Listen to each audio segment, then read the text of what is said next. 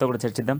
So, Venkatachari గారు ఈరోజు ఒక దినపత్రికలో రావడం జరిగింది. 311 జీవోపై పెద్ద ఎత్తున కూడా ఒక దినపత్రిక స్పందించింది. అంటే రాయడం జరిగింది. 20 నెలల్లో చేతులు మారిన దాదాపుగా కూడా 1180 కోట్లు అంటూ కూడా ఒక వార్తను సంధించడం జరిగింది.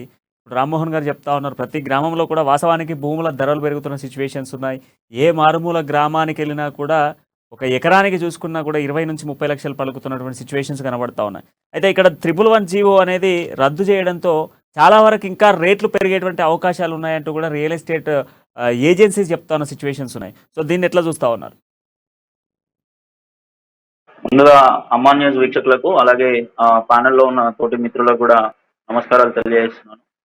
ఈరోజు 311 జీవో రద్దు అంశం ఏదైతే ఉందో అది పూర్తిగా స్వార్థంతో చేసిన ఒక అంశంగానే మేము భావిస్తున్నాం.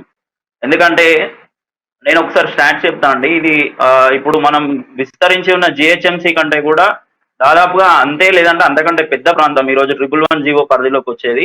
84 గ్రామాలు, 7 మండలాలు, 132,600 ఎకరాల విస్తీర్ణం కలిగినటువంటి భూమి ఈరోజు 311 జీవో కింద ఆక్యుపై అయింది గవర్నమెంట్.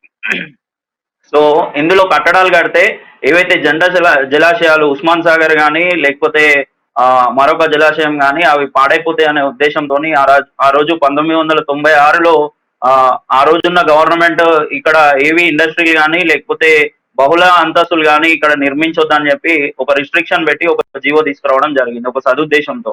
ఎందుకంటే ఈ జలాశయాలు ఎప్పటి నుంచో కూడా జంట నగరాల ప్రజలకు దాహార్తిని తీరు కొన్ని